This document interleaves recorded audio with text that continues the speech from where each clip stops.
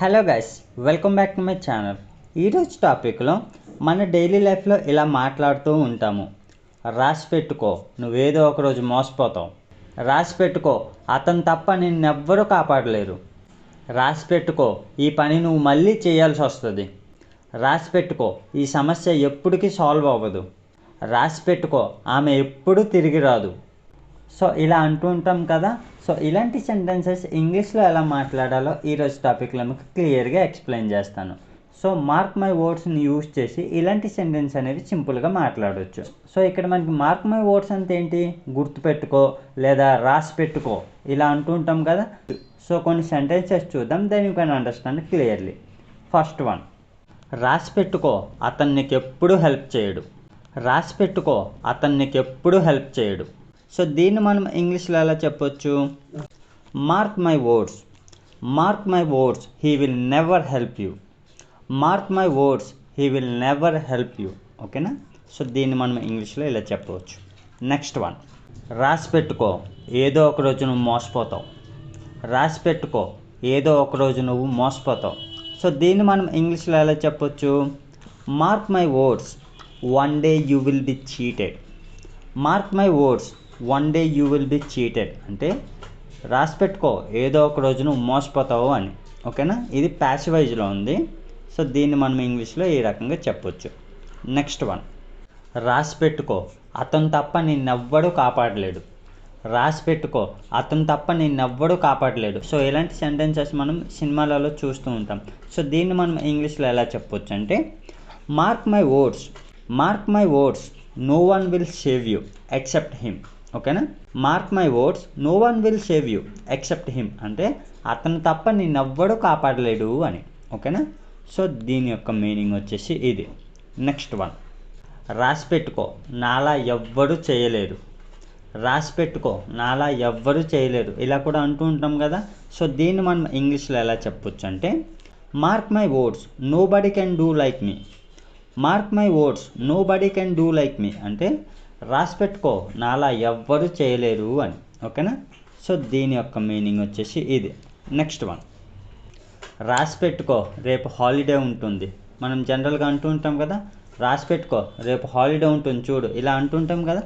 So దాన్ని మనం ఇంగ్లీష్లో ఎలా చెప్పొచ్చు అంటే, mark my words, tomorrow will be holiday.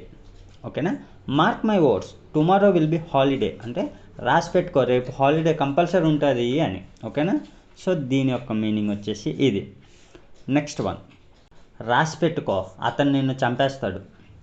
రాసి పెట్టుకో, అతను నిన్ను చంపేస్తాడు ఇలా అంటుంటాం కదా. సో దీన్ని మనం ఇంగ్లీష్లో ఎలా చెప్పొచ్చు అంటే, mark my words, he will kill you. Mark my words, he will kill you. ఓకేనా. సో దీన్ని మనం ఇంగ్లీష్లో ఈ రకంగా చెప్పొచ్చు. నెక్స్ట్ వన్, రాసి పెట్టుకో, ఈ పని మళ్ళీ మీరు చేయాల్సి వస్తుంది. రాసి పెట్టుకో, ఈ పని మీరు మళ్ళీ చేయాల్సి వస్తుంది. సో ఈ సెంటెన్స్ కూడా మనం జనరల్గా అంటూ ఉంటాం కదా. సో దీన్ని మనం ఇంగ్లీష్లో ఎలా చెప్పొచ్చు అంటే, mark my words, you will have to do this work again. Mark my words, you will have to do this work again అంటే రాసి పెట్టుకో, ఈ పని మీరు ఇంకోసారి చేయాల్సి వస్తుంది అని. ఓకేనా. సో దీని యొక్క మీనింగ్ వచ్చేసి ఇది. నెక్స్ట్ వన్, రాసి పెట్టుకో, ఆ ప్రాబ్లం ఎప్పటికీ సాల్వ్ అవ్వదు. సో ఇలా అంటుంటాం కదా.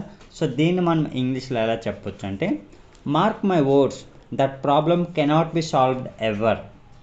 Mark my words, that problem cannot be solved ever అంటే రాసి పెట్టుకో, ఆ ప్రాబ్లం ఎప్పటికీ సాల్వ్ అవ్వదు అని. ఓకేనా. సో దీని యొక్క మీనింగ్ వచ్చేసి ఇది. నెక్స్ట్ వన్, రాసి పెట్టుకో, ఆమె ఎప్పటికీ తిరిగి రాదు.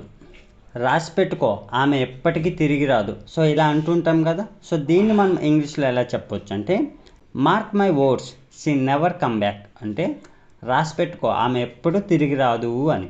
ఓకేనా. సో దీని యొక్క మీనింగ్ వచ్చేసి ఇది. నెక్స్ట్ వన్, రాసి పెట్టుకో, అతను నిన్ను లోపలికి వెళ్ళనివ్వడు. రాసి పెట్టుకో, అతను నిన్ను లోపలికి వెళ్ళనివ్వడు. సో ఈ సెంటెన్స్ని ఇంగ్లీష్లో ఎలా చెప్పొచ్చు, mark my words, mark my words, he will not let you go inside. Mark my words, he will not let you go inside అంటే రాసి పెట్టుకో, అతను నిన్ను లోపలికి వెళ్ళనివ్వడు అని. ఓకేనా. సో దీని యొక్క మీనింగ్ వచ్చేసి ఇది.